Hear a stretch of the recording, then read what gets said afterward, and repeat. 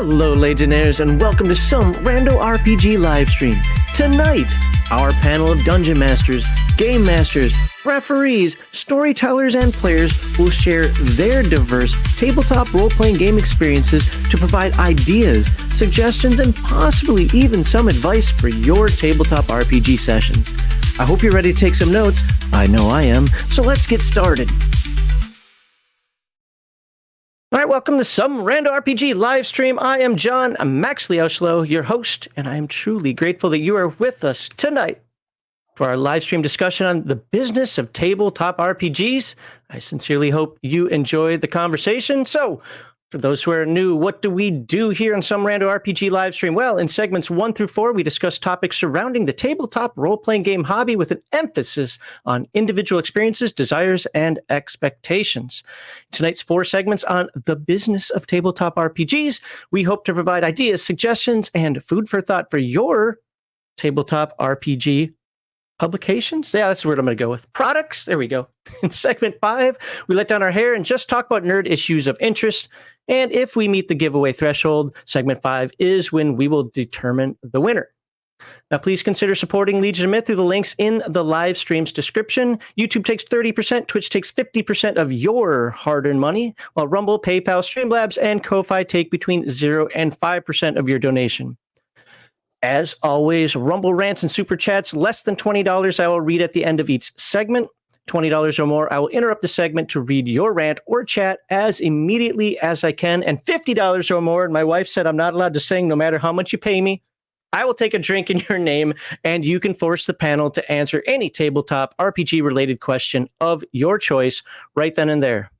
Now, if we make $100 or more in super chats, there will be a $25, nay, not $25. We are up to $275 giveaway. So that's right. You donate $100 and you have the possibility of winning $275 to either Palladium Books or Drive Through RPG, or for Palladium Books or Drive Through RPG gift card, which we'll give away during segment 5. Legion Myth YouTube members, as well as tonight's Super Chatters and Rumble Ranters, have the opportunity to win, but you must be watching at the time of the giveaway to claim your victory, else it rolls over into next week. And I am capping this dumb thing off at $300. It's going to get crazy if we don't have... At some point, I've got to just say, okay, we're done. Just got to have a giveaway. All right, moderators, don't forget the Legion Myth moderation team will time out or even ban people who attack any panelist or chatter. Attack the argument, not the person. And keep your various social media beefs off of my show. Apparently, that's ticking up again. I know some of you got some beefs out there. Don't do it here. Thank you very much. Please like this video. Subscribe to all of the panelists' channels found in the description. Actually, there is one missing, but I will get that fixed in a moment in the description. And thank you for your time and support. Now, you're going to see our panelists, but we are not going to introduce them yet because I'm a jerk. I'm a meanie poo-poo head. I made 2 promises, so I'm going to... handle those real quickly first. So, nope, there we go. First of all, you've probably already seen the description that we have a GoFundMe for Baron G Rock. For those of you who hang out with the Legion of Myth, you should know Baron G Rock likes to tease me for liking Earthdawn. Anyway, you can check out this GoFundMe there because, as many of you know, well, when it rains, it pours, right? And then you get kicked in the nuts. And that's what happened to Baron G Rock. Let's take a look at what it says here. It says, "Hi, my name is Michael. This is the person who created the GoFundMe. And I'm trying to help, even if in a small way, to save my friend Garrett's home. Due to illness and loss of work, his family home is being foreclosed upon. And although he may not be able to keep it, at least I want to try and help him be able to sell it so that all his savings that went into it aren't lost to the bank. I know it's a long shot, but I'm hoping that with enough people, even a single dollar each, maybe we can rescue it." By the way, there's another thing on here that also happened to Garrett that's not being mentioned, that I won't mention since it's not on here, but he also got the kick in the dick also. So there's more going on than just what it says here. He's going through some rough times right now. So the link is in the description. So if you can donate to his GoFundMe, that would be awesome. And then Primordial Chaos. Gonzo, like a freaking boss. There we go. We're not going to curse within the first minute yet. So Avenger Satanus leads you by the tentacle because he's gross like that. Showing you how to make your game more gonzo and accessible for novices and veterans alike. Guess what this means for me? Absolutely nothing. I don't like Gonzo. But Venture's an awesome dude. He's been supportive of Legion of Myth. We've had him on the show. We're thinking about having him on the show next week. That's right. It's supposed to be members only, but we'll try to have a public show after the members only show. Still got to work if he's got the time to do it. It's pretty late for him, but check that out. But the link for this is in the description, and I'm going to read just one little paragraph here so you get an idea of what this is. Is it this one? Gonzo is awesome. Yes, Gonzo is awesome in and of itself, but Gonzo can be used to enhance the role-playing experience in a variety of ways. The problem is that for many gamers, Gonzo is inaccessible, hard to understand, and difficult to implement successfully. So that's the whole idea of this book. You can read the description when you go to the page yourself from the link that I have in the description. Check out his new Gonzo product. And I think this is the first time we've actually been talking about one of his things that hadn't made his pledge goal. So help him make his pledge goal there. And I'd like to spend more time on this, but I have guests waiting and I don't want to be rude any longer. So now let's pull that out of the way. Let's now introduce our guests. We will start on the top row here. We have Sean Owen Robertson. Who are you? What content products do you create? And what is your tabletop RPG experience, sir? I'll start with tabletop RPG experience. The first tabletop game I got into big was BattleTech, and then I played a little D&D on my middle school gym's floor with my buddies. Played some D6 Star Wars, and then I was a big Ninja Turtles fan, and a buddy of mine traded me some BattleTech stuff for the Teenage Mutant Ninja Turtles role-playing game back from 1984-85 when it came out. And so that was my first RPG I owned, and got into Palladium Gaming, got into Robotech and Riffs. And, I've played a lot of different stuff from, I think, basically every edition of Dungeons and Dragons, a lot of the other games out there, big into video games. And then, let's see, after I got out of the Air Force, I went back to school for design and production. Technically, the program was for like video games and animated movies, but I was focused on writing and board game design and stuff like that. And I got the chance, met some of the guys that were working on the riffs for Savage Worlds, and talked to them. They found out I was a giant old school riffs nerd, and they asked me to work on the products. Shane asked me to write a book. I was shocked. And then worked on the second edition of Riffs for Savage Worlds. I've written a few books in the line, Empires of Humanity, Atlantis and the Demon Seas, and a lot of big chunk. There's a lot of different writers we worked with for Terror on the Dark Frontier, which I'm very proud of. First big Riffs campaign box set, coordinated production on Land of a Thousand Islands, and then Kevin Simbita asked me to be his business partner. So a few years ago, I joined him at Palladium Books as his business partner, and my first book with Palladium, after bringing back the Rifter for Rifter 85, curating that and laying that out, I did Titan Robotics with Matt Clements, and then just successfully kickstarted that, ran that, delivered it with like 30 pages of bonus material, and then now we just did the Kickstarter for Teenage Mutant Ninja Turtles, the Redux edition, so it all comes back to the beginning. I was very excited to work on that, and very excited to be working with Kevin Eastman, Peter Laird, all the wonderful, I had tons of great artists like Freddie Williams, and Paramount and Nickelodeon on it. It's been amazing. So I'm finishing that up right now so we can get all that off to the printer. But it's really exciting stuff. So thanks for having me on. I'm going to keep singing Teenage Mutant Ninja Turtle the entire night. That's all I'm going to do. Every question is going to involve a Ninja Turtle. All right. Then below him, we have Wade, whose game is, actually, you tell us what your game is. I'll have it all up here. Also, Wade, you're muted. And if you can send me a link, if you have a YouTube channel, I have your game up, but if you can send me a link to your YouTube channel, or if you have one also in the private chat. So I'm Wade from Australia. So I make my own games, the Fragged line of games. So I've been doing this for about 10 years now. So Fragged Empire is my flagship game.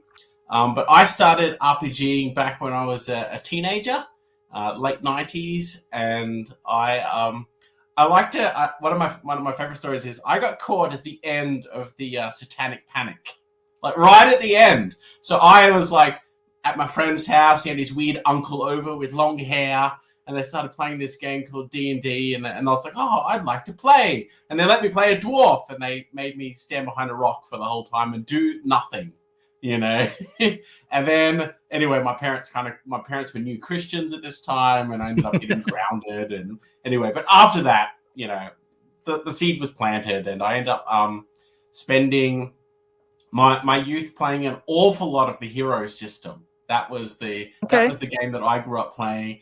And we had a few little other bits and pieces, but I didn't really grow up in the D&D ecosystem. And then eventually I moved from the country to the city, and I thought, well, I'm either gonna, you know, I've got to have something to do with my time. I'm either going to play computer games or I'm going to do something useful. And I thought, I'm going to make a book. And so I started just as You decided to make books? Yeah. Not play computer games? Yeah. So I have a background in graphic design, and I'd actually published some photography books before.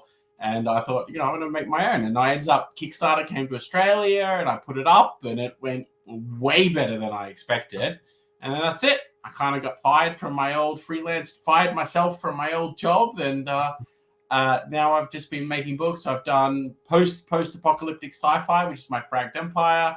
But I've done so much other stuff. Like I've done techno magic fantasy and pirates and eldritch gods. I've done a gothic horror, very Soulsborne-y sort of thing. I've done diesel punk mecha. So I'm a person, I love to make everything new. Like I've got my own settings, my own rule systems. I'll make my own books. I'll do my own marketing. I'll just kind of do it all. Even my latest project, which is getting crowdfunded at the moment, called Ragtag. I've been doing my own artwork for that. Just trying to. Although I usually like to hire artists because, you know, they're much.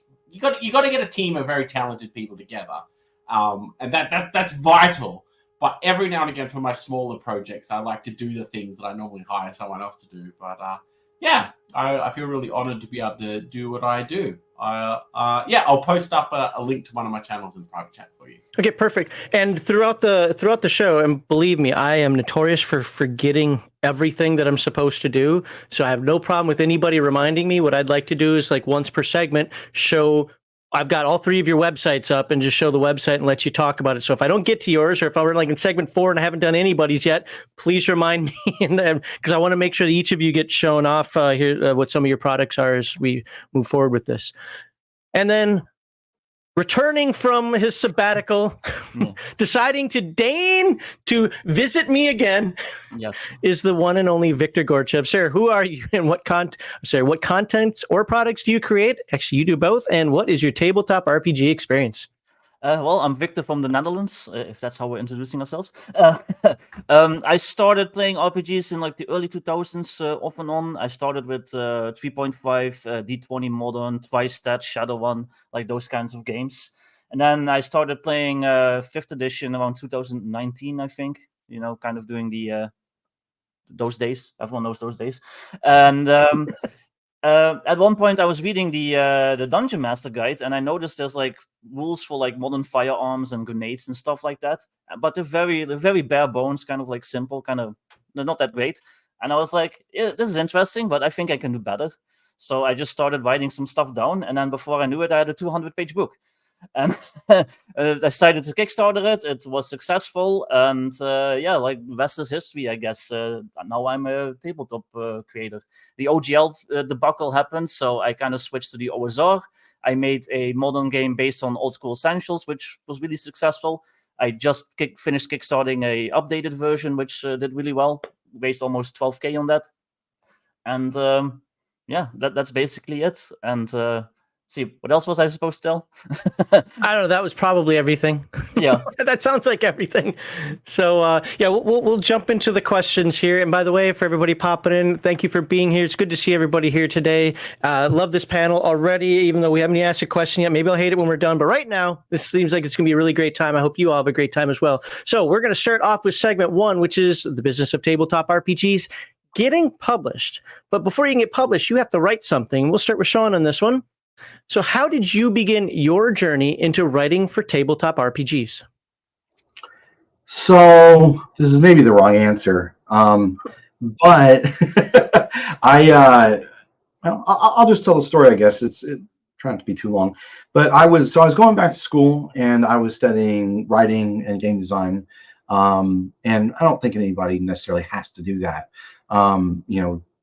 But I did. Funny enough, I even more now. I found that the degree program that I was able to take at the University of Texas in Dallas was actually awesome at getting me prepared for a lot of things I would do. Even though I had a lot of talents in those areas, it was really great. And I think a little bit of graphic design background, so you can do some InDesign or your own Photoshop type stuff, is important too, for anybody. But yeah, so I had some stuff I'd written for different various classes and things like that, where there were short stories. One of my classes, we could write whatever we want, and it was a game design class. So I wrote a whole core RPG rule set. And so I went to the Alcon at Rice University in Houston, and I was playing in a game that Shane Hensley, the creator of Savage Worlds and Pinnacle Entertainment Group, he was running a game of. And so I played in that game, and we got chatting. I had another buddy with me, and he was like, "Oh, you guys are studying game design. This is awesome. Come hang out with us afterwards. I'll get you some beers." And then they were all like, "You need to come to ChupacabraCon." So I went to, which is in Austin, and I went there. I ran into Sean Fannin while I was checking in. Sean Patrick Fannin did the initial conversion of Rifts to the Savage World system, and he found out I was a giant nerd, and I was, very honestly a giant nerd for Rifts. And so he was like, "Well, why don't you submit an adventure?" And so I did. And it was, just a one-sheet adventure, basically front and back page kind of thing. And they paid me for it, and I didn't know if anything was going to happen. I also sent some writing samples. And then a few months later, and by the way, it's never been published still now, the adventure I wrote for them, which is hilarious to me. But then apparently they liked what they saw, and they liked the writing samples, and Shane contacted me and asked me to work on, at the time they called it the Coalition book, but it became Empires of Humanity. And so that's kind of how I got my foot in the door. And, they said, "Oh, can you do this? Can you do that?" Like they said, "We need somebody who really knows the Rifts lore to help with the art direction," because a lot of the artists that they were hiring weren't familiar with Rifts. So it was a lot of extra work, but in the end, it got me a lot of good experience and many connections. I got to talk to Kevin Simbita and get to know him personally. And then that didn't work out for you at all, did it? I know, it's kind of crazy, actually. I never thought he would ask me to be his 50-50 business partner. That totally blindsided me. And then the other thing was, they asked me to do some other stuff, like get some feedback on rules updates, because they were doing the new edition of Savage Worlds, the Adventure Edition, the current one. And they ended up turning into me then creating the second edition of Rifts for Savage Worlds, from the community feedback and all that. And another thing I got when I went to school for graphic design, first I got like an associate's in graphic design before getting my bachelor's in design and production for video games and movies and animated movies. And that was when I got to tell them, "Hey, I know how to do InDesign. I have a degree in it." Like, they were like, "Do you know anybody who does InDesign?" And I'm like, so in the end, it made me a one-stop shop. I could do the art, anything. I don't draw the pretty pictures, but I could tell the artist what to draw. I can tell them, give them feedback, and I could do all the design and layout and writing. And so that made me indispensable to Pinnacle for quite a while. And so I think that was a good experience, and an interesting way to get your foot in the door. But I was ready to go, kind of like Wade. I was ready to, and I actually incorporated my own company in Texas. It's never published anything, because Kevin stopped me from doing that. He had me off the pass, but it was one of those things where if you can get your foot in the door somewhere and do really good work, even if you've got to do that extra work, you can get your name out there. And so that's one of the things that I think is you could, anyone who's listening to this could take away from my story is work hard, do good work, always put your best foot forward with anything you do, and it can open a lot of doors, and you build a following, as Victor and Wade, I'm sure, are about to talk about, and that's really powerful these days, the methods that we can do, and we're going to be talking about that tonight, right? But getting your stuff out there directly from you to the fans. So when you're writing, and I think, obviously this can affect all three of you, but my guess is it's probably you more than the other two at this point. How do you handle intellectual property concerns when publishing TTRPG? That's a really broad question. Do you have is there a specific thing that you're trying to get at? If you're writing something, especially if, for example, you used to have Robotech, you're getting Turtles back. There are some things, for example, that you are allowed to do and aren't allowed to do by having those IPs. And I also, Victor, if you want to jump in after Sean's done, I'll let you follow up on this as well before I even ask you your question, because you do a lot of D&D stuff. You know, there's an SRD, there's a limitation to what you're allowed to say and what you're allowed to do. So my question for you, starting with you, Sean, is like, how do you handle intellectual property concerns? So let's say I wanted to write a Star Wars book. That's dumb. Don't do that because too many legal ramifications with that. But you get the idea, right? Like, where do you draw the line? How do you stay away from getting yourself into legal issues, even though your idea is absolutely fantastic? Well, I mean, is your idea really fantastic? That's the big question, right? So that's one of the things I'll throw out. So first of all, I'll just say, working now, the intellectual property rights can be very difficult for a lot of fans to understand. I've had fans ask all types of questions, and I'm not trying. And as I say this, like, there's no dumb question when it comes to this, because I didn't understand it either until I was dang stuck in the middle of it. Okay, so for instance, there's usually with that, whoever created the intellectual property or the setting or world, that's called the licensor, and then you have the licensee, and the licensee generally approaches the licensor and says, I want to make a thing and I'll pay you a royalty to do it. So for instance, a really common baseline royalty is 10%. So if I wanted to say, hey, Lucasfilm, I want to do a Star Wars RPG, you know, if there wasn't one out there already, right? Let's start the discussion at 10% and blah, blah, blah, blah.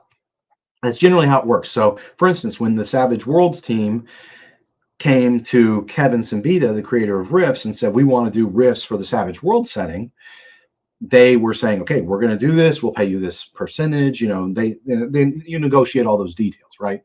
But the other thing is you sometimes you have to play within a sandbox, because there are a lot of things, for instance, that you think, oh, that's Rifts. Well, actually, it's in the conversion book, and it's stuff that's from Palladium Fantasy, or Rift Source Book 2 has the mechanoids, and in the contracts, these things are specifically excluded because crossovers are fun, but you don't want one of your IPs to basically, if someone licenses one of your IPs, to get all of your IPs, right? Oh, gotcha. Okay.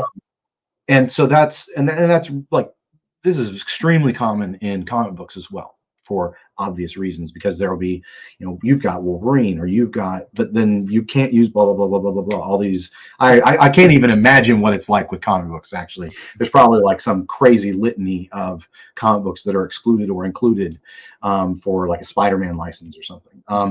But the thing to understand is that that's really important not to get that wrong, because then you piss off the people that are being nice to you and letting you play in their sandbox. So that's one thing to be concerned about. Another thing that's on the other hand is, that's from the licensor standpoint, you want to make sure that you do keep things separate and you communicate with people really clearly upfront about what might be excluded from a license, right? So you know, if we're talking to somebody about, say, Nightbane, I don't know, and you know, doing a Nightbane license, then we'd be very careful to say, oh, maybe if there was a crossover between, there isn't, but if there's a crossover, say, book between Nightbane and Beyond the Supernatural, hey, this book is excluded, or these specific characters are excluded.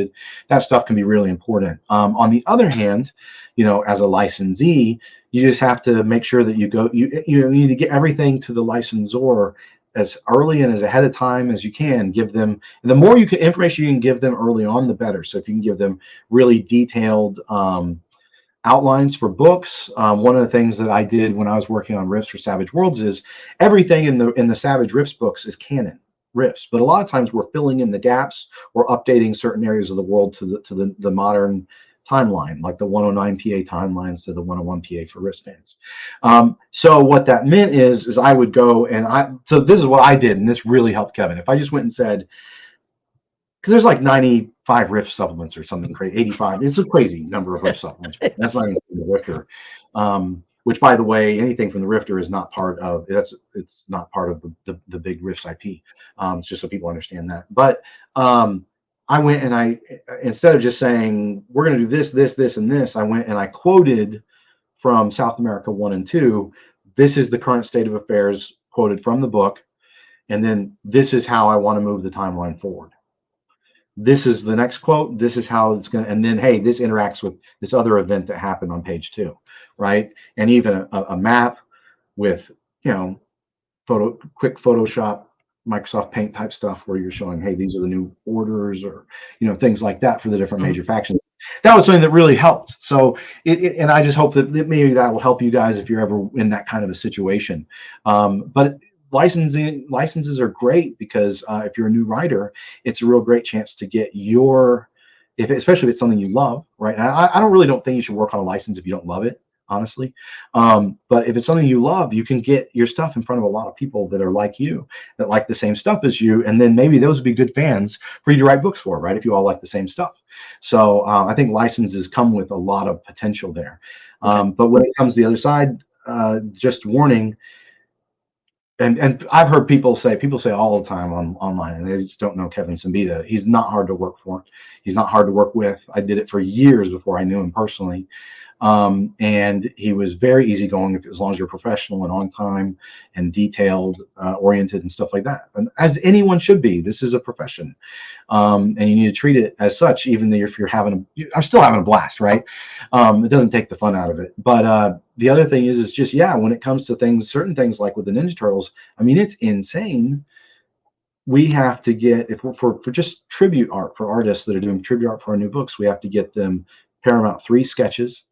They give feedback and choose one. We take it back to the artist. They do a type pencil, take feedback back. Then there's the inks, take feedback. Then there's the colors. And a lot of times there's more steps that come in because we're changing details or other stuff like that. I mean, it's just licensed products can come with a lot of overhead.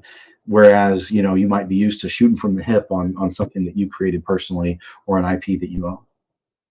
So that's, I thought that was really, believe it or not, that was succinct, folks, because there's a lot of legal ramifications and so forth that go out there. Now, I'm not trying to skip Wade, but because we're on this topic and I kind of want to keep everything topical, I'm going to go to Victor for a second. Victor, I want you to consider two things as you're doing your stuff. You do things for like Dungeons & Dragons, right? Well, there's limitations there. Also, and this isn't I'm only saying this for the purposes of example. Let's say you wanted to write for Riffs. You decided you want to write a book for Riffs. What are things, before you even go to Sean, what are things that you consider when you are going to write for an IP, like D&D with its OGL SRD, or if you wanted to do a Riffs? I want the license to be fairly simple. I don't want to jump to too many hoops. That's why I mostly stick with the OGL and stuff like Shadow Dog. Shadow Dog especially is just like, hey, don't copy my layout verbatim and my text and, otherwise go wild. So that's very easy. But the OGL is mostly just like avoid certain like spells. Like you can't like reference like spells by name, certain monsters and stuff like that. Otherwise, like pretty much all the mechanics are like yours to use. The most I had to deal with was when I was writing Modern Necessities for Old School Essentials. I wanted to reference like stuff from Old School Essentials, like class abilities and whatever. So I emailed Necrotic Gnome and it's like, hey, this is what I want to do. Is there like a way that I can do this officially without getting in trouble? And they were like, yeah, just put like this little blurb, like blah blah blah, used with permission from Necrotic Gnome in your book. And that was it. But like I said, I want licensing to be fairly straightforward. I don't really like when companies have like different levels of licensing. Like Savage Worlds, for one, I think has like 4 different levels where you can do like some stuff as like a fan and stuff as like an official guy and like blah blah blah. And it's like, I don't know. I'm like I said, I don't want too much red tape. I want to be able to focus on the stuff I'm writing, and I also we can, if we think about it this way, obviously Sean knows Pinnacle Entertainment was there for a while and is with Palladium. I mean, these are well-known names in the hobby. Yeah. You're an indie guy. You're more like Yeah. me, maybe the Joe Schmo that's out there that wants to do something. There's also something to be said for somebody like you starting simple. Yeah. You don't want to deal with all those contracts and so forth. Yeah. Just do something. Save your pipe dream product for later. Exactly. Yeah. And then, yeah, I would love to do something for Savage Worlds someday, maybe even for Palladium or whatever. But yeah, like you said, I'm kind of working my way up to that. I'm getting used to, this whole industry. I'm probably like, the most newbie guy on this panel. So, I haven't been doing this that long, maybe like 2.5 years now. So, yeah, like, I'm still working my way up. And the OGL and stuff like Shadow Dog, like I mentioned, they provide the easiest, like cleanest avenue to just get my stuff out there. So for now, anyway. okay. Sean, you said you had one more thing that you wanted to say about getting your stuff. Yeah, I do. And but first, real quick, I'll say, Victor makes a really good point, right? Because the OGL's simple. Although there was that whole crisis, right? Yeah. I mean, because it really wasn't that simple in the end. The ownership of stuff like that is tough, and so and props to guys like Wade. If you're creating whole new systems and settings all from the ground up, personally, I would suggest if you're newer. And there's different avenues. It's not like there's one right way to do it and one wrong way to do it. But, doing kind of like what I did, where you try and get your foot in the door with an established company or even a smaller one. Or if you want to do something like through the OGL with Savage Worlds, because I was thinking about being an ace. Actually, my company I incorporated was called Rebel Ace Studios. So I was going to start out. I consider myself a pretty good systems mechanics designer, but create a system from the ground up is a lot of work. And also, then you need people's buy-in, and if you're also trying to deliver like a unique world, doing those two things at the same time can be tough. So if you're like somebody who really loves systems, maybe design systems, or if you're someone that really likes creating worlds and stories or adventure material, do that, right? But like, for instance, the with Savage Worlds, you can do fan stuff. You can do the swag, which is where it's basically sold through drive-through RPG. Yeah. That's fairly open-ended. I don't know all the details on that because that's more new since I started working on the Savage World stuff. And the time that came out was around when I was switching over to Palladium. But also as an ace, you just have to give them writing samples and art samples, and so show that I produce at this quality of product, which I understand they want to control that. And it's kind of in between, like, say, a Palladium type approach to like an open gaming license type approach. Because with Palladium, we're talking to people and we're interested in doing license stuff, but it's going to be very exclusive, and if you do if you license our rules, you license one of our settings, we're also going to put your information out there through our newsletter, and it's going to be very like official. Does that make sense? As opposed to just, for instance, with D&D OGL stuff, I mean, there's just piles and piles and piles of stuff on it. It can be hard. You can get lost in the shuffle too. So there's a lot of, you really have to think of your approach. The other thing I was going to say is this is actually the biggest like advice on working on something that's licensed. I mean, we've turned down multiple comic books. We've turned down other stuff. I mean, because there was never a Rifts movie basically because of this. Whoever is writing the material, right? If you do a licensed thing, it really needs to build on what's already there and be super true to it. And that, I think that's why I don't know. I was like this weird Rifts nerd file kind of person that I was really into that. When I did Empires of Humanity, my first book, I mean, I had this like super detailed annotations of where I got all the information from which book and page and everything, right? Because I want it to be on point. And just as a fan, right? But in the end, I found out that that's not necessarily very common. And a lot of people want to come in and they say they want to do riffs, but 200 years after 101 PA. It's not right, or I have this really great idea, but is that idea like actually fit? Is it a cool idea that you have that interleaves with all the other riff stuff that's out there? Right? Or is it your idea that wouldn't get traction if you didn't have an IP to try and like get your stuff out there? And I think you really have to think about that. Am I doing something that's building on and playing nice with everything else that's already out there and copacetic with all of it? Or is it really just a way to try and get my idea out there in front of people if it was a great idea, maybe it shouldn't be a licensed idea, a licensed product or storyline. If that does that make sense? But being true to that material is going to open a lot of doors. And I'll tell you just another aside, real quick. When it came to the Teenage Mutant Ninja Turtles, we were told by other people who own very large role-playing game companies, it was widely known that you couldn't get the Teenage Mutant Ninja Turtles as a role-playing game license.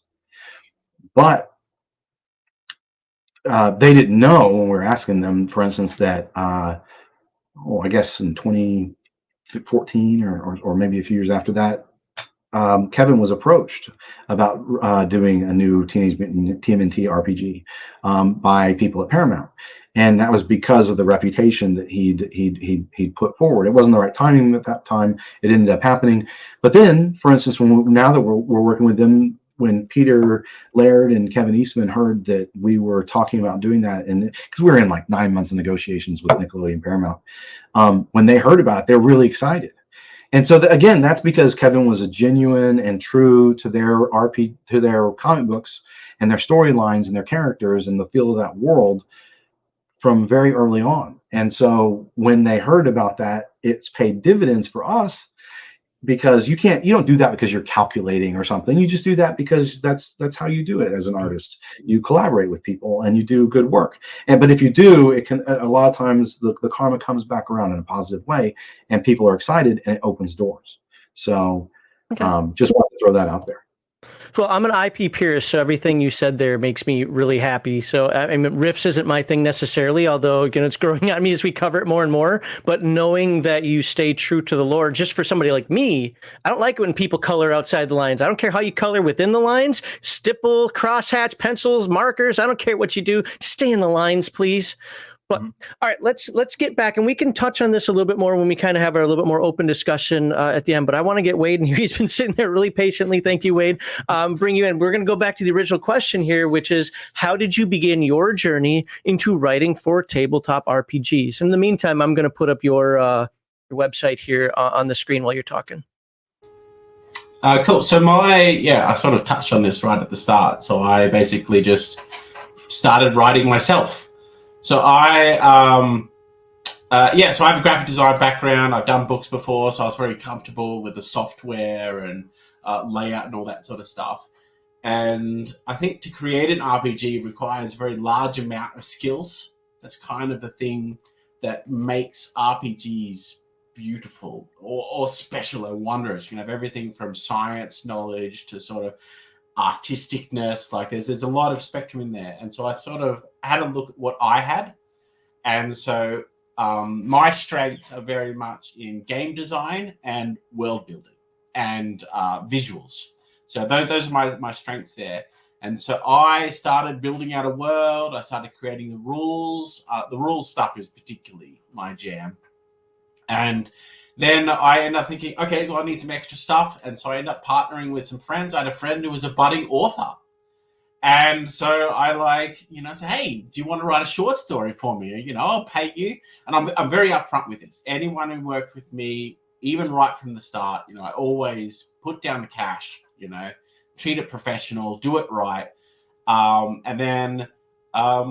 So a friend of mine does the short stories. I do all the world building, but then I kind of got some extra. I think my team was quite large to start off with, because, when you're starting off and there's no money, you're all just calling in your mates and you're doing favors and you're saving up your pocket money and you sort of give it to who you can.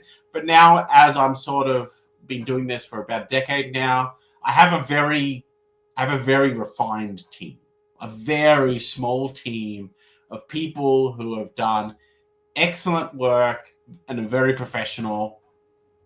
And now I basically have, and so I work with a lot of freelancers, but the freelancers that I work with, I have like pretty much an open book to them. I say, whenever you want work, you come to me. I will give you as much work as you want, and that's what I do. The writers, the artists. So I still, so these days I do kind of feel a bit more like an art director at time or a production manager.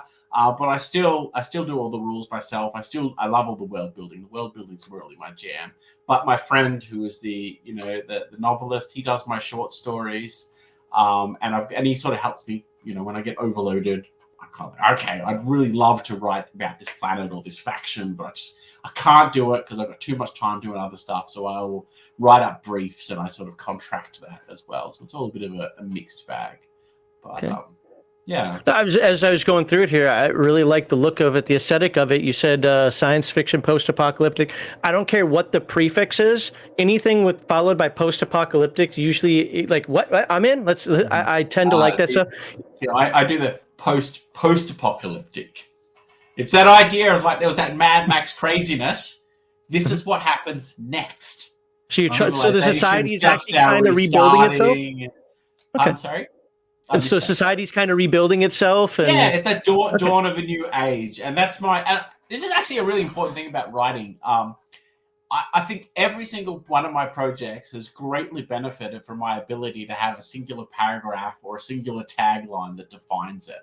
And like that post-apocalyptic science fiction, that's my bit of a tag sentence for Fragged Empire, and that's done me well. And those concepts, I mean, I could get into writing as a whole thing, but you find like anchor points that you sort of flesh off. Like you talked about lines, like stay within the lines.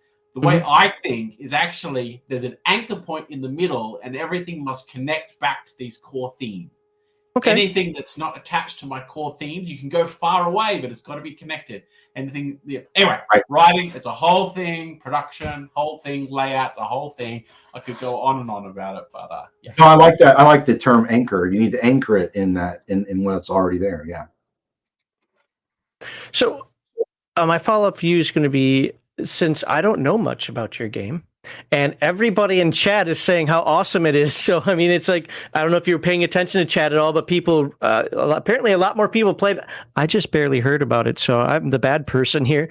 It looks awesome, but nothing but good compliments in the chat there. So how do you handle feedback and criticism from early readers or playtesters? There's a surprising amount of people who haven't heard of what other people do in the RPG field, because everyone kind of has their particular game that they play, and they're a bit like an island. Like you're aware of other islands, but RPGers, we like to stick with our particular book because there's such a heavy buy-in. Feedback and criticism, bring it on, bring it all on. As a small creator, I am desperate. Give me feedback. I love it. And even right now, even though I've got a pretty sizable community, been doing this for a while, getting playtest feedback is it takes a lot of work and time. And I'm quite honest, I have to do most of the playtesting myself. But the playtesting you get back from people, and this is a vital bit here, or the feedback on lore and stuff, is people who are not the creator are excellent at identifying points of tension. Like they can say, it's a bit like you look at a sentence and you know a word is spelt wrong, but you don't know how to spell it correctly. You're like, oh, that word's wrong. Okay. And so when people give you feedback, they're drawing your attention to say there's something wrong here. They're very rarely great at actually solving the issue that is wrong, but they're excellent at drawing your attention to a point of maybe it's just not communicated well. Maybe it doesn't flow well. There's something rough there. And so I love it. I have a big rule. I want all the opinions. I want all the thoughts, bring it in, I mean, you occasionally get some people that are unhelpful, but they're unhelpful often because maybe that person, their particular life is hard and they're not socially well adjusted at that moment. And you're like, okay. Sometimes people have breaks online, and that's okay. Like you just be nice to those people. Don't take it personally. It happens, Yeah. Hopefully that answered your question. Oh yeah, it did. So before again, what I like to do, just so folks know, I like to ask each one of you the primary question, then the follow-up, and then open it up for you guys to kind of crosstalk with each other. So we're going to ask Victor the primary question since he didn't get it originally. We're doing it backward for Victor. That's what happens when you're Dutch. Yeah, so how did you begin your journey into writing for tabletop RPGs? Well, I already kind of mentioned it in my intro story, but I started playing 5th edition. I was reading the book one day. I saw like these simple rules on like modern firearms and stuff, and I was like, well, I've always been a big fan of like D20 Modern and like games like that. I just love modern stuff. I love orcs with AK-47s and whatnot. So I was like, yeah, I want to do my own take on kind of like D20 Modern using 5th edition. And it just kind of grew out of control. I ended up with a 216-page book like 6 months later. And I just decided to like, hey, let's see what happens. Let's kickstarted it. And it was successful, as far as those things go. And that then, now I'm here. Like I said, the whole OGL thing happened literally a month after my Kickstarter finished. So that kind of put me in a panic. So that's when I decided to write old or modern necessities for old school essentials. I basically was like, well, let's try the OSR then, see what happens. And that quickly became a silver seller on Drive to RPG. So that's kind of my focus now. Like I said, I just recently kickstarted the updated version because I figured I could do better considering I wrote the original in like 3 weeks and just kind of slapped it together.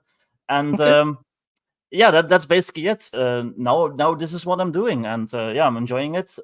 I've always wanted to do something creative, but I was always kind of afraid to. I still to this day I have like massive imposter syndrome, but I'm also on disability, so I kind of had my midlife crisis a little bit early. I basically had it in my early 30s, and I was like, I was feeling like my life wasn't really going anywhere. So I kind of set a lot of that fear aside, and I was like, let's just try this and see what happens. And I don't know, I've managed to carve out my little niche so far. So Nice. I'm happy. So yeah. All right, if there's anything you guys wanted to say, the segment's going crazy. We're still in the first question, but that's cool. I mean, a lot of great information, so I'm not going to shut anybody up when you're giving good information. If there's anything you guys want to talk to each other about or follow up, or if there's anything I missed before I hit chats, go ahead. Yeah, I just want to say something when Wade said about how people can tell where there's a tension point, and I found that was extremely true as well. Is that and funny thing is I also did some beta testing for computer games, and for Distant Worlds, if anyone knows the original one and the expansions. But the thing that you'll run into is a lot of times as a designer you'll run into that. Or even a writer, right? People can read your short story and they can tell you something's wrong with the end or it fell off here or whatever, but they rarely know how to fix it, and that's okay. You just have to remember that a lot of people, at least I don't know what everyone else is. I'm not just saying like my way of designing games is the only way to do it, but I like to keep things as simple as possible or reapproach the core concept that you're dealing with if there's some problems, instead of implementing an entire new subsystem into a game. It's like, well, how can we reapproach the core rule mechanic, or the already existing subsystems. And so, but yeah, I think that's something that important is to listen to the fans. Sometimes one person will say something weird. The other thing I'll throw out is this really became apparent to me when I did the Rifts for Savage Worlds playtest for the second edition of it. For the one of the things that you need to get people to do though is at least try it out for a few minutes of gaming, even if it's just for a scenario that you did just to play test it, or if it's your weekly game or session or something like that. Because there was also stuff that I ran into where people would read it and they say, I don't like it, but then when they played it, they came back and it was a 180. They were saying, whoa, that was really cool. It seemed like maybe that it was the brutal damage that I added to the Savage Rifts, where if a mega damage weapon, mega damage is dealt to someone who doesn't have mega damage capacity armor, it can cause an injury. And people were saying, well, if you're, that only penalizes the players because NPCs usually just get splattered or have one wound or whatever. But when people went and played it, they said, actually, this added a lot of detail to the crazy and the juicer, because when they got hit by these heavy attacks, their healing factor was more important, or something like that, or getting, dodging certain types of attacks and stuff was more important. So, but it's just sometimes it's a little counterintuitive. So that was the two things. One, listen to the players, okay, and people's feedback, but really use it to identify where the problem is. The solution's likely going to be different, and then make sure that you and them, that they're actually playing it and not just reading it and reacting to it that way. Okay, it's funny you say that, because I've done a lot of I can't call it editing because that requires license or some nonsense, quality control in the past. So like two of the other people here, I used to be a graphic artist, so I can't draw a stick figure to save my life. But layout and design, I'm pretty good with. Also, a technical writer. So going in and reading a bunch of stuff, I'm just used to things will pop out at me. Just don't ask me what commas. I don't know why to this day I can't figure out a freaking comma. But it was always like, what is wrong? Why is it wrong? And how do you fix it? And sometimes we'd add a fourth one in, which is, okay, how does it fix that actual problem? So we would actually respond with all of that. And if you couldn't answer those questions, we wouldn't entertain it, because we had, now to be fair, as first line, but we needed that information to bring it up higher. Before I brought it back to the person actually writing the TO or whatever, it'd be like, hey, I need to know what's wrong, why it's wrong, and how it fixes. It's unclear. If it's unclear, make it clear. Yada yada. One more. Oh, sorry, I didn't interrupt. No, go ahead. There's one more thing I'll throw out is this is kind of a thing I learned in the military is don't complain about something unless you have a suggestion on how to fix it. And not that your playtesters have to do that, but I think it helps if they kind of have that mindset of maybe if you tried this or tried that, right? And it's everyone kind of opens up their mind to the different possibilities of how to resolve something. But if a lot of times you're working in a team, right? Say even Wade, I mean, sure, he's the team leader, right? But everyone's working for him, but it's still teamwork, and so that's a great part of being a team is if you can be that person that's coming with solutions, not just problems, right? So find the problem, but also at least consider a couple of solutions that you might be able to suggest, and at least that can help someone else have a place to start, even if it's not a final solution. Okay. Anything else you guys want to bring up, or should we hit some chat? I want to just add real quick that the one thing about feedback that I personally struggle a bit with. So give me criticism, like point out typos, like whatever, suggest improvements, fine. But I do struggle a bit when somebody like basically wants you to like change a core part of your system, not knowing that it'll completely break your whole system if you do that. And then they not only ask for it, they demand it. So I had that when so my game uses usage die for like ammunition for like it was like, hey, and you need to reload a pistol on a wall of 3 and 6, like stuff like that. But then somebody kind of demanded that I put in like accurate like magazine sizes, and it's like, well, my usage die is tied to different classes. It's tied to like all these items and stuff, so I can't just like add in like a whole new subsystem without having to rewrite basically my whole game. So no, I'm not gonna do that. Sorry. And it's just kind of hard not to get annoyed at people like that.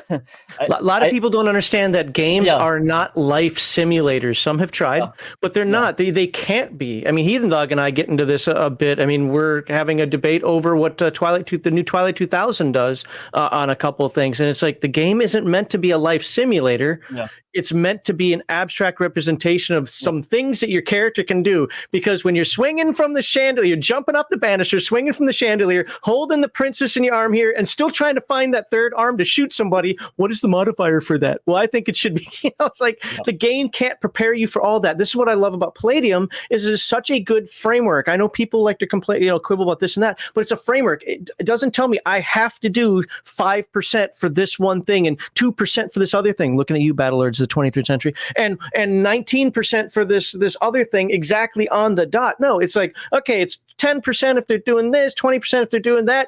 Bet you if it's doing something in the middle, it's 15%, but you can figure that out on your own, I love that framework concept. And I think, Victor, going with what you're saying, is that a lot of times people want the simulator, like exactly what is my percentage? I have to know my odds completely right now. It's like, no, it's a game. It's a game. Yeah. Well, they also just focus in on something that they don't like, but then they don't know that it's tied into like 12 different other things in your game. And if you just change that willy-nilly, it breaks the whole game. So I can do that. Did they play test it? That right comes back to that kind of thing, because maybe they'll like it. Because I saw remember I played Edge of the Empire, I saw the obligation mechanic. I was like, this is stupid. I loved it actually in practice. Yeah. And I don't know, Wade could probably speak to this better than me, but you can't please everybody. Actually, maybe at Palladium I can speak to this, but you can't please everybody, and that's okay. And you have to know when to stick to your guns, to your core design goals or other things like that. I think that's really important too as a creator. And coming back to when it comes to licensing and marketing, you got to know what you are. You have to maybe even have like a mission statement or something like that, right? But you know, or like post-apocalyptic science fiction, right? I mean, that's what it is. We're not going to deviate from that. I don't care if, you know, 10 people in the forum, the feedback forums are talking about how they want a bigger medieval weapon list. You know what I mean? I don't know, but just as an example. Yeah. Yeah, so I'll jump in here slightly here. So one of the curious things that happens to me as a new creator, especially when I was first creating Fragged, is because when something's new that's coming out, it is basically massive amounts of raw potential in a customer's mind, okay? Because no one's had this before. It's a new thing, especially if it's a new system or a new setting, new creator. There's a little bit where you're trying to give people a sense of your vision, but also people have an expectation, a desire, trying to find people who meet that desire. And something that I found is, especially, this happened a lot when I did my first edition of my Frag, is people wanted Frag to be a certain thing, okay? And so this is that whole, some people wanted a more simulationist game, a crunchier game. Some people wanted a lighter game, more thematic. And I think that's okay. That's very reasonable. People express what they want.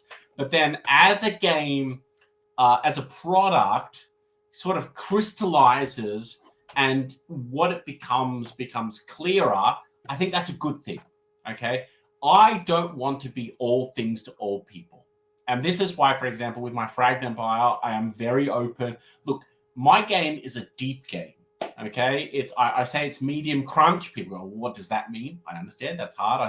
I usually use, like, if you can handle like D&D 3.5 or Pathfinder, Frag will be simple for you. That's kind of like what I use. Okay, but I embrace that. Fragged is kind of it's a crunchier game with a deep lore system. I'm not making some rules a rules light sort of OSR type thing or something like that. You kind of own it. I think that's good for products, game creators. You need to know what you are, and you want to communicate that well, because you want to find people who are wanting what you've got. You want happy customers. You don't want to be, I am all these things. Then you're going to end up with a bunch of unhappy people because you've sold them a lie. Like, I think it's really good. You want to be honest. And also part of it is like learning how to articulate that. Like, that's a whole thing. Like, learning how to actually articulate what your game is, what it offers, quickly, clearly, like with visuals and text in your presentation. Like, it's a good thing. And I think that's like, there's a bad side of marketing is when you sort of present yourself as something that you're not, or present yourself unclear or muddy. Good marketing is when you present yourself accurately and clearly, and you find people who want what you're offering. That's good connection. And I think I'm a big advocate for that. I get very upset. Well, not very, I probably do get a bit upset. I get a bit passionate about RPGs. I get upset when companies and creators, like, they put up a Kickstarter. I'm like, man, this could be anything. Like, you're just showing me lots of pictures and lots of stuff and lots of things. And I'm like, I have no idea what you actually are. I'm going to have to go and find someone who's played your game to tell me what you even are and what sort of thing you've got. And I see a bunch of that. But I think I like it when you do it clear. Anyway, blah, blah, blah. I can get all ranty on this thing. I think that's one benefit that I have, is that I stick to a very particular niche so far, and people know me for that niche. People know me as the urban fantasy, the modern fantasy, the orcs with AKs guy, and that's what I am. So yeah. Not just AKs, tracksuits. Yeah, tracksuits and AKs. Yes, Gopnik orcs. Even better. Yeah. So definitely having a clear vision definitely helps. Yeah, and communicating that clearly without getting into the whole marketing segment, right? We can talk about it more there maybe, but yeah, you want to make sure that it's kind of like you're the cover of your book or the information on your marketing materials. It's kind of like the cover of a movie poster, right? You see a movie poster and you're like, I've heard this term, the promise of the premise. So does the game or does the movie do the thing on the poster? Because we've all seen that movie where it doesn't. Right, it doesn't do what's in the trailer, or it doesn't do what's on the poster. But it's the same thing with your role-playing game. If it doesn't do what's on the cover, or if you have this really cool game, but then the cover doesn't reflect what's in the game, You've got a mismatch, you've got an issue that you probably want to solve. Like, go back to basics and solve that really quick before you show it to anybody, so that you can minimize confusion and keep people in track with what your vision is and everything you're trying to accomplish. Okay. Well, hey, let's we're on track for like a 9-hour stream right now. So let's sit some of this chat here. I love the information that you guys are providing, though. I can't, like I said, I can't interrupt because this is good stuff. So we have 2 Rumble rants that came in. This first one's for Sean. The second one is going to be more for Victor and Wade. So Sean, Grizzly Beardo says, I'm working. Oh, and thank you for the $20 since you gave to Grizzly Beardo. Really do appreciate that. So I'm working with my business partner on getting our Peg Ace application ready this year. So first question is for Sean. Beyond what in their submission guidelines, what else do you think they want to see? That's a big question. I mean, feel free to send me $20. Palladium Books. Our address is on Google. But no. I was going to make a joke about giving detailed feedback or something, but I think the main thing they want to see is, and fans want to see, is just professionalism, right? So just approach everything professionally. And I know the folks over there. I mean, I was just on a call with Shane and Simon, Lucas and Daryl today. These are great people, and they just want to put out good stuff. They just want to make sure you're putting out good stuff. So one of the big things I'll say is, when they give you feedback, like, take it. No one's giving you feedback because they're trying to be a dick to you, right? Everyone's trying to help you, and they want to see cool stuff come out. So there's a lot of people who submit stuff, and you didn't follow this guideline or that guideline. Like, if you get feedback, like, think of it as like very positive, because they're taking the time to talk to you, right, and not just ignoring you or something.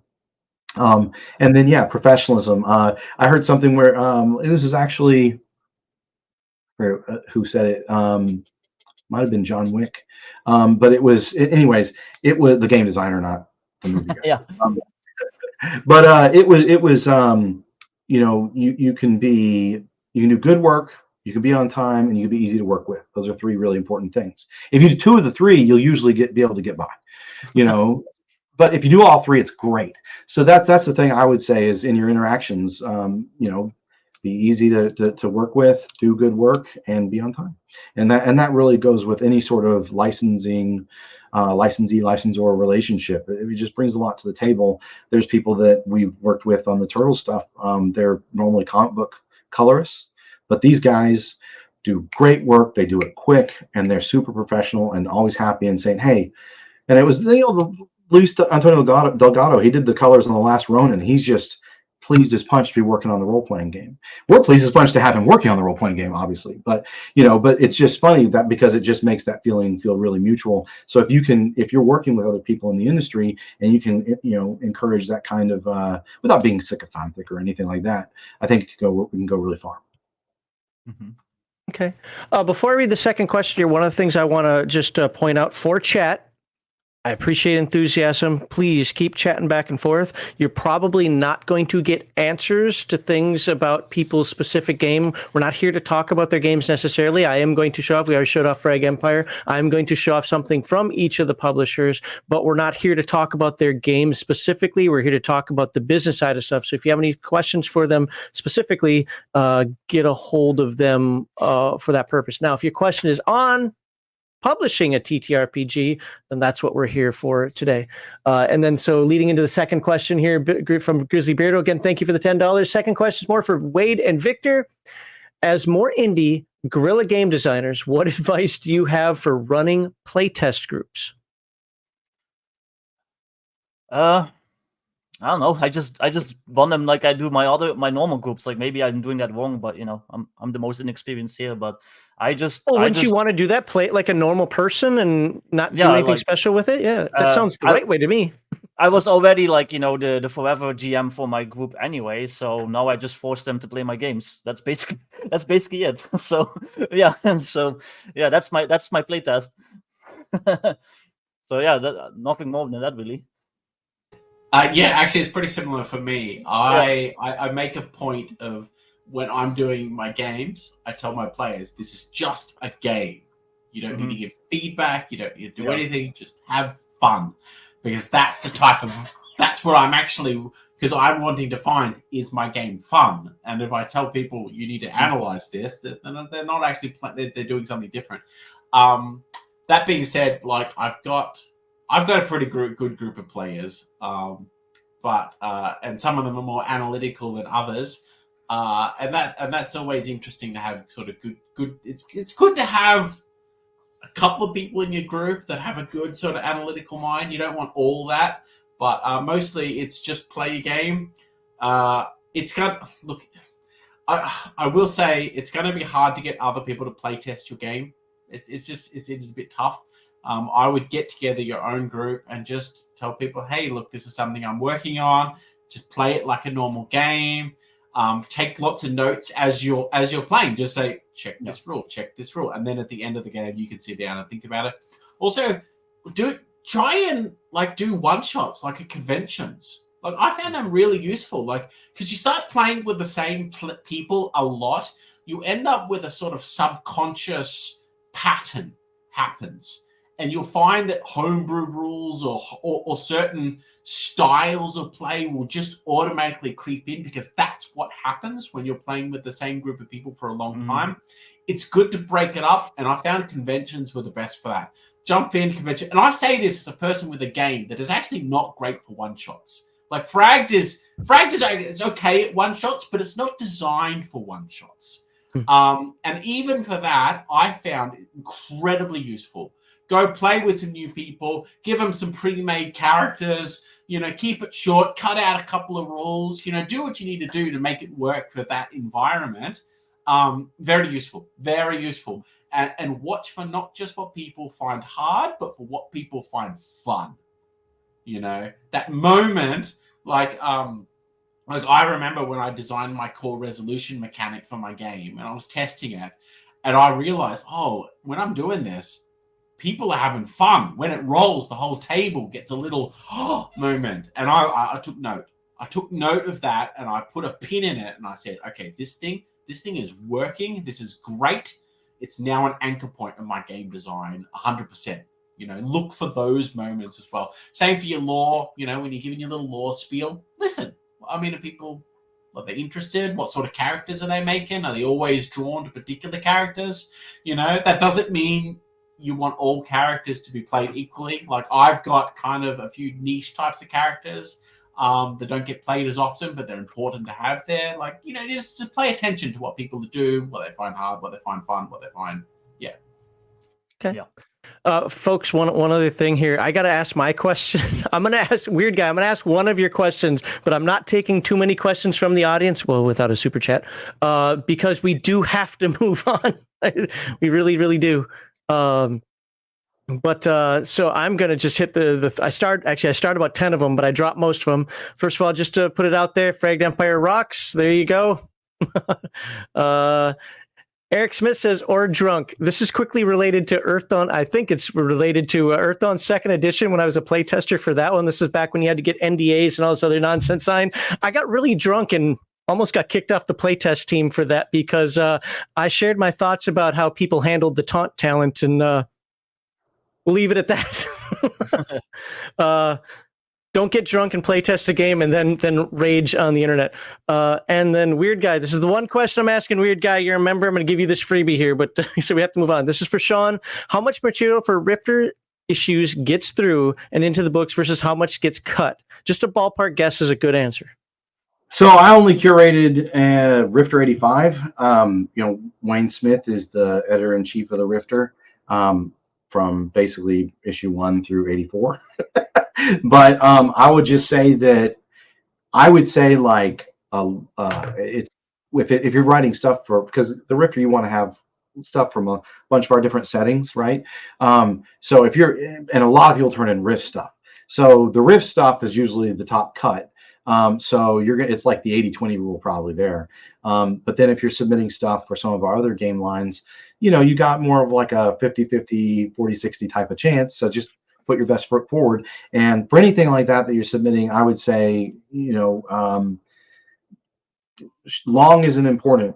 The quality isn't what's important. Even if you just write 4 pages of really quality stuff.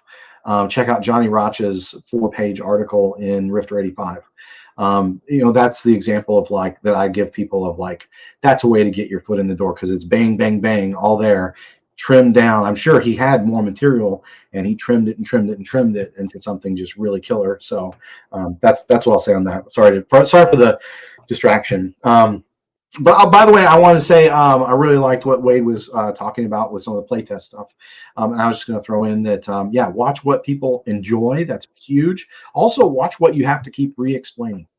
Mm-hmm. If it's not intuitive, especially for the grandma that happens to be at the table, or the teen kid, or whatever, then think about, is this where do I want my game to fall in this continuum, and is it really falling on that place in the continuum? Am I happy with that, or this particular mechanic? Sometimes you have to kill your babies or whatever. So yeah.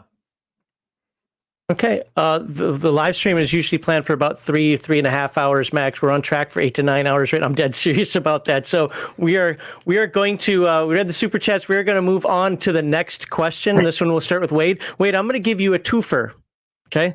I'm going to give you your question and your follow-up at the same time, because some of it you may have already answered. So the primary question is, what steps did you take to get your first TTRPG published, and what was the result?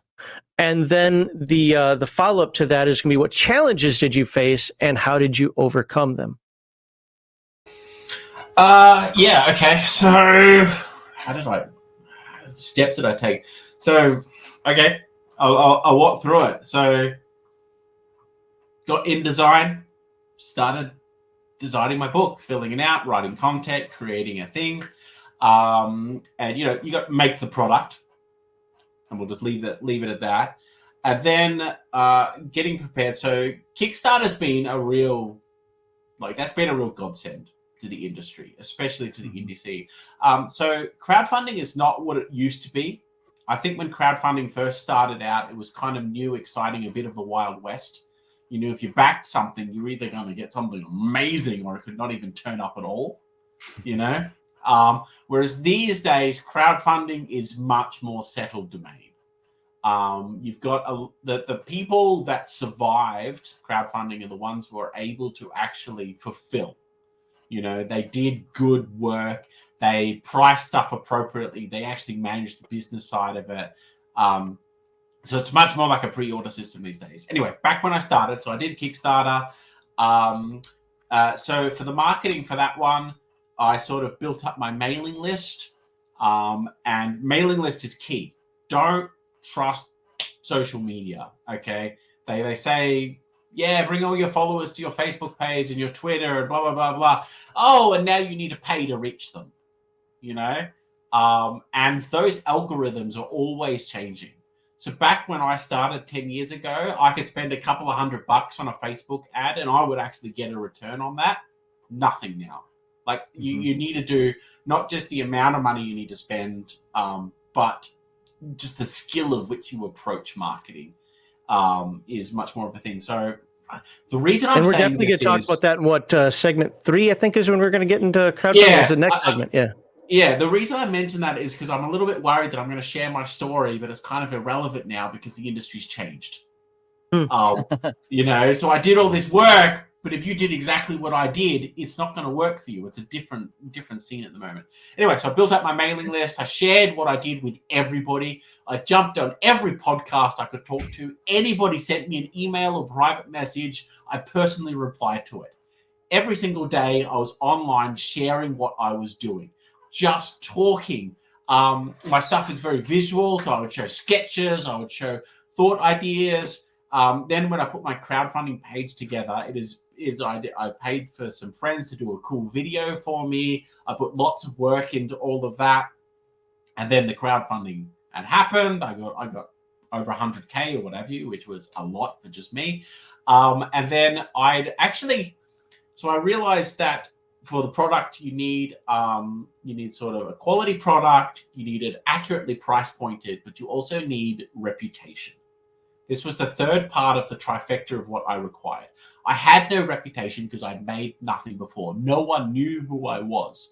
And so I actually partnered up with Modifius. So Modifius, well, this was back when they were sort of starting out. They'd done a couple of things. Chris reached out to me, and he just said, "Oh, I've seen you online. You're going to do this thing. Do you want to be me to be your could I help you with distribution?"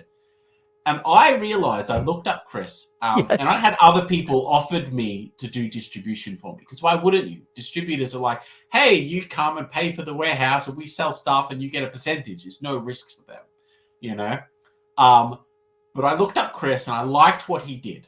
I liked the stuff he was making. Modifius was a different thing back then. They weren't doing as many IP stuff. They were doing a lot of their own kind of thing with Cthulhu. And they were just starting out, and I could see they were very passionate. And I thought, and they got a good reputation. People liked them. And so I actually partnered up with Chris. I actually, I won't go into the business details, but basically I paid him a bunch of money to give me some advice. I pretty much paid him for consultancy, and they did distribution for me. And I got to slap his logo on my video and my crowdfunding page. And it was effectively borrowed reputation from my part.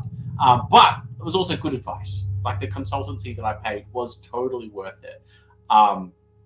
And that was the trifecta that I needed to get my product out there. Anyway, so I went and did it. I published my book. Everyone got it. And it was so much better than everybody expected. That's awesome. I over-delivered with what I did. And I purposefully knew I did that. My books were higher quality. They were better worded. Everything was better than everybody expected. And then I say all that because at this time, the Australian dollar decided to bottom out. And I actually lost a bucket load of money off my first crowdfunding. But I knew I'd found something. I'd found an audience, and I'd gained my own reputation. And I knew, and I had product. I had a warehouse and my shed full of books. And that was the start of a business. And so I kept at it. And after years, I got better at the other stuff. I got better at production. I got better at managing the business side of stuff.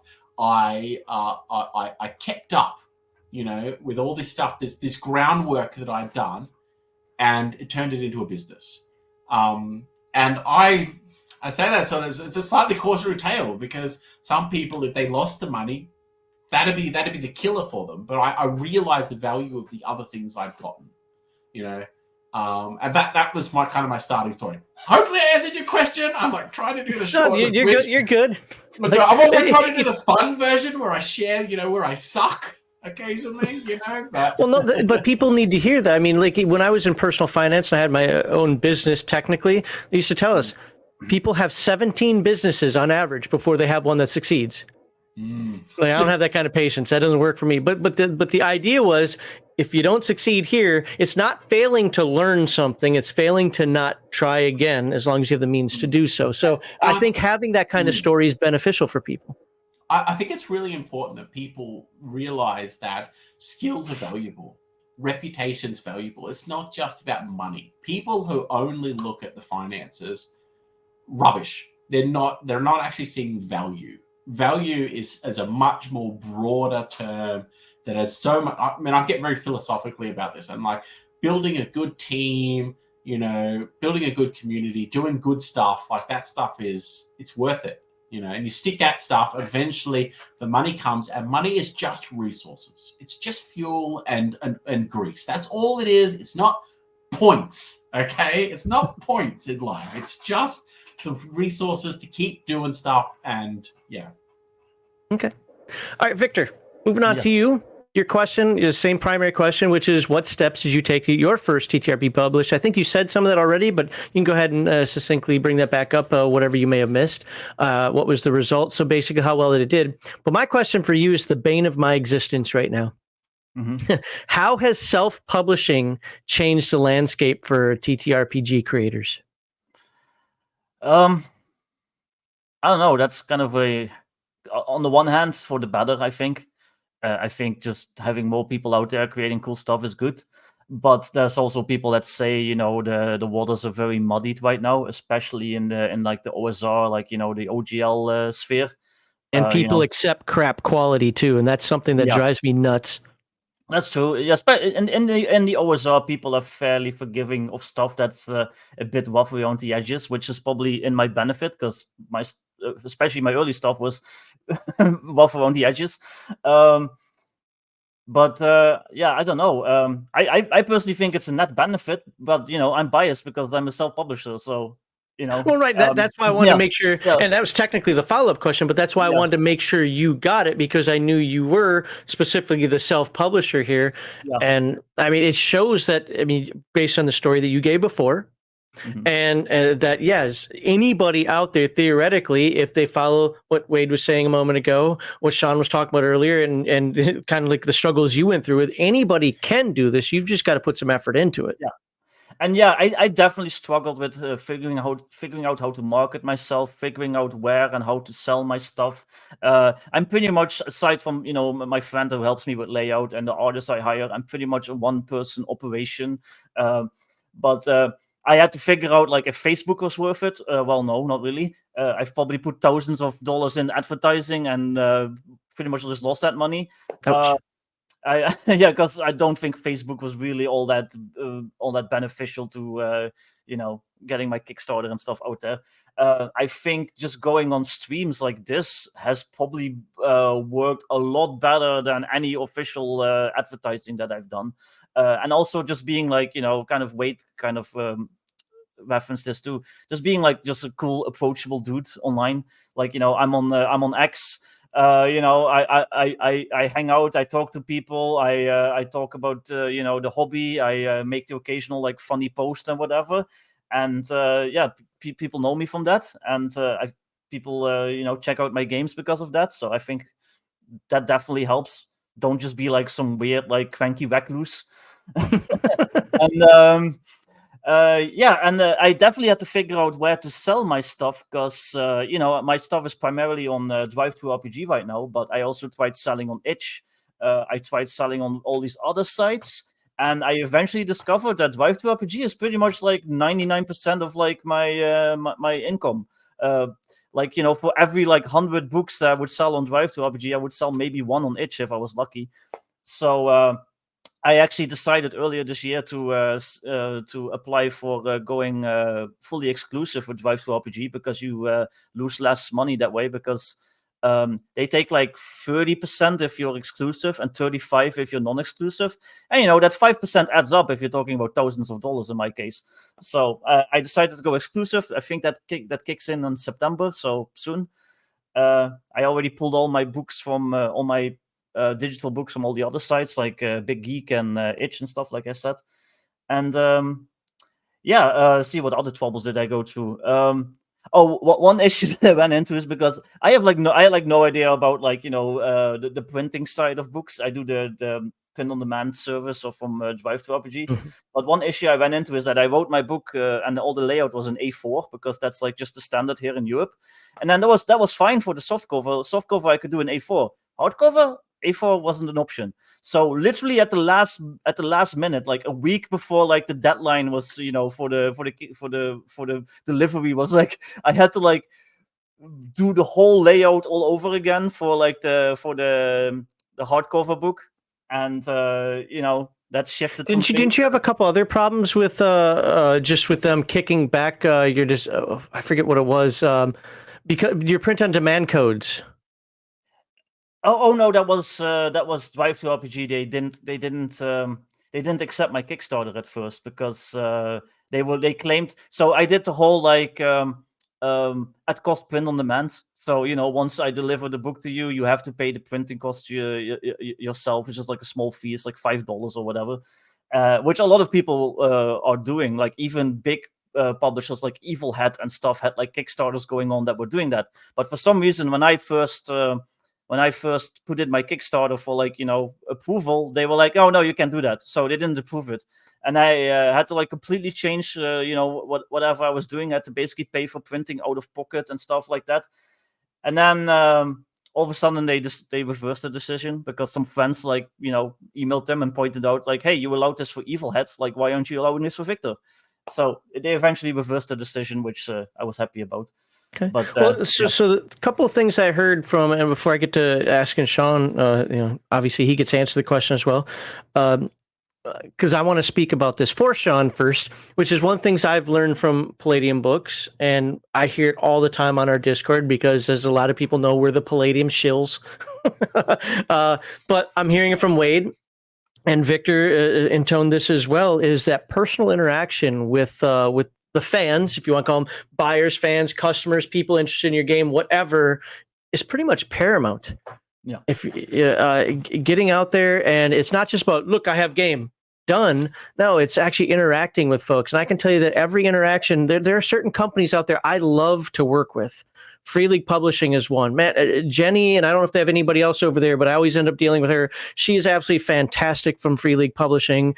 Even when Free League does something, I'm just like, ugh. I like, you know what? They still, they use that anchor thing that Wade was talking about. Their products remain true to the spirit of the game.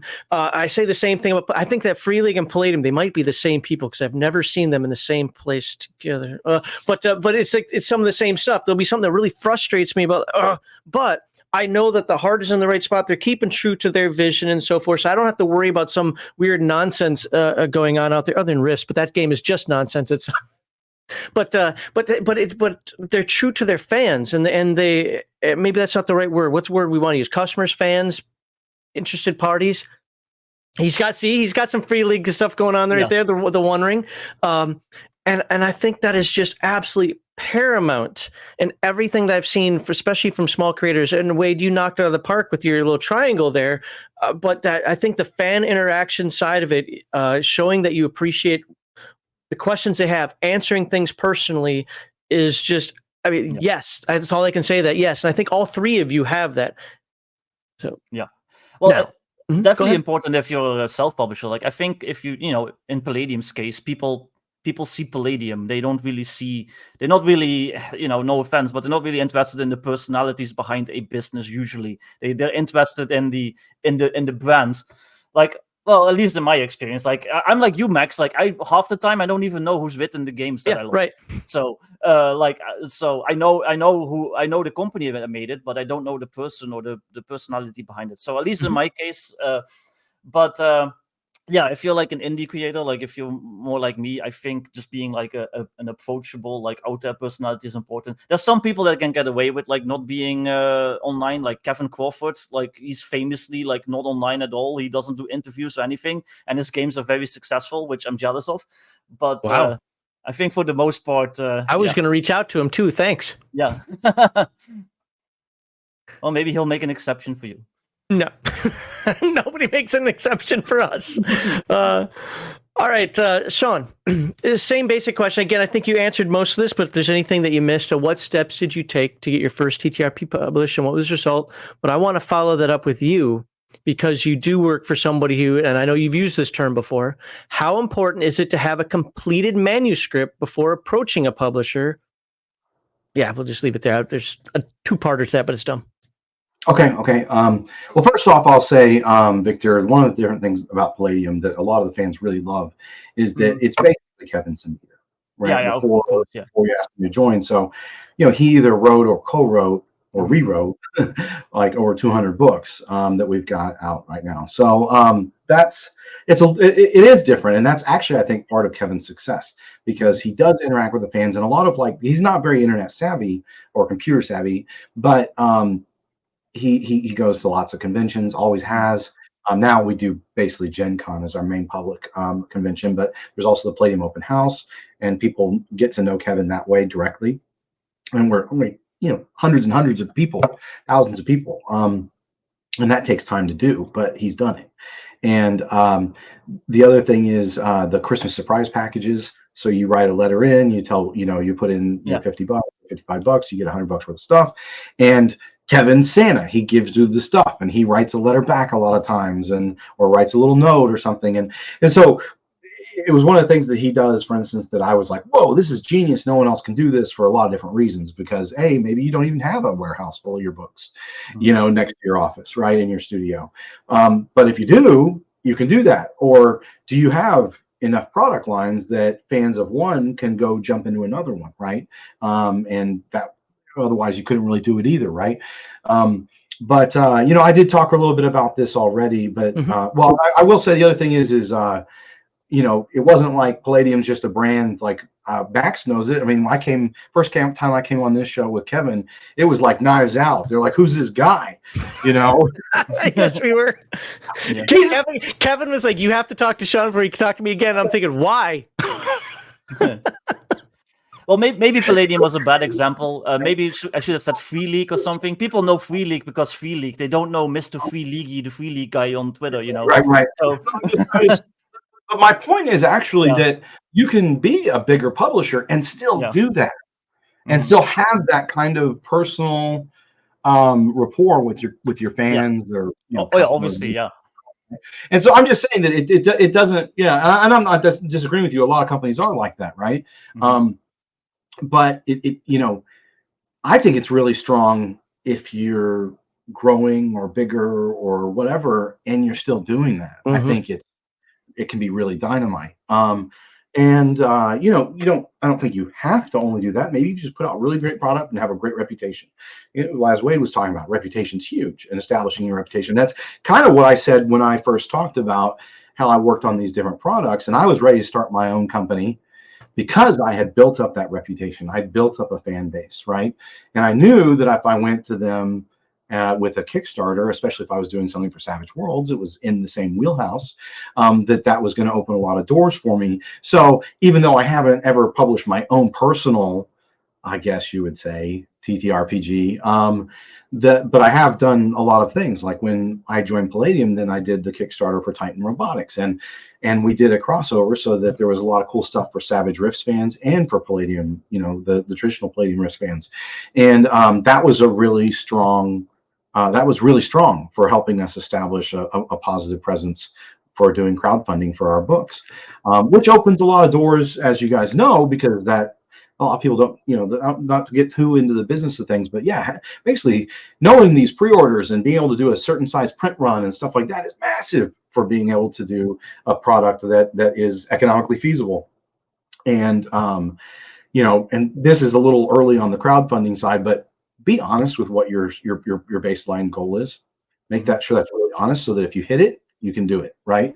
Don't lowball it so it sounds better that you reached your goal faster or something. And then the other one was, what was the second one, Max? It was about how important is it to have a completed manuscript before approaching a publisher? I don't know about approaching a publisher necessarily. I think that it's really, I mean, personally, if you want to do something for a publisher, I think it's even more important to go back to the beginning and start off with a really great plan for what a product could be before you're going to write a whole book, right? And give them a layout. You know, this is what I want to put in the book. These are the different core ideas. What do you think about that, right? Because if someone wanted to come and say, hey, we want to license the Palladium rules to do a role-playing game, I don't need to see a whole book, but I'd like to see a really tight outline of everything you want to put in that game, so I can have a discussion on whether or not Palladium rule system, for instance, is a good fit. But I think when you're going to crowdfunding and stuff like that, I think that having a manuscript is super important. I would be really uncomfortable doing something that I didn't have a manuscript and cover. So what if somebody wanted to come with you, like Rift's World Book, Hollow Earth, or something? You know, something like say, here's my idea, instead of just an idea. I'm not saying somebody should do this. I'm just saying, if somebody's like, wow, this person wrote 350 pages, knowing that 100 of them are going to have to get cut anyway, but boom, here's my manuscript. Yeah, that's terrible approach. Okay, that's. So, I mean, if you want to do something like that, well, first of all, in our case, we basically don't take unsolicited manuscripts anymore. And so I would say, take the coolest shit that you got for Rift's Hollow Earth and I've talked about this before, basically do a vertical slice, look up the video game term, you know, maybe a couple of OCCs, some skills and abilities and gear and monsters and a short adventure, you know, so like 12 pages of just really kick-ass stuff. And submit it to the Rifter, and then if that does well, and you do another one, or then maybe that opens the door, and that way we can also get feedback. That's why we like to do that through things like the Rifter, because then we can get feedback from the fans too, see what their reaction is. But then you could talk about, you know, a really detailed outline and stuff like that. I mean, there's stories of again, this is where those stories from people say Kevin Simbita is hard to work with. But I think the problem is people pitched something to him for a book, and then he said, "Yeah, that sounds great. Let's do it." And then what they ended up delivering was something completely different, and or was unusable for whatever reason. And he's got a really good feel for that, And so I really have a hard time believing people that badmouth. And I've seen some of these manuscripts at this point now, but people who badmouth someone like that, it's like, well, it's because you didn't do the thing you're supposed to do, or whatever. So, but I wouldn't want someone to, in Chinese you'd say bai pa ni tao. Like, I wouldn't want you to like run a lap for no reason, right? I wouldn't want you to go climb a mountain for no reason. And books are not easy. So just don't do that. Save everybody some pain. And do the stuff we're telling you to do, but everyone wants to be the exception and just come deliver 350 pages of pure awesomeness to your desk. That's just not how it works, and it rarely ever is that. I'll put that out there too. So you might have to learn a lot and take feedback and stuff like that. It's not, there's a guy who shall remain nameless because to protect the innocent, but he turned in basically an entire novel, and he said to me, tell me if it's great. Then we can get it to print. And tell me if it's totally garbage, and I'll just go away. And I said, well, the problem is it's probably somewhere in the middle. It's probably not perfect nor absolute trash.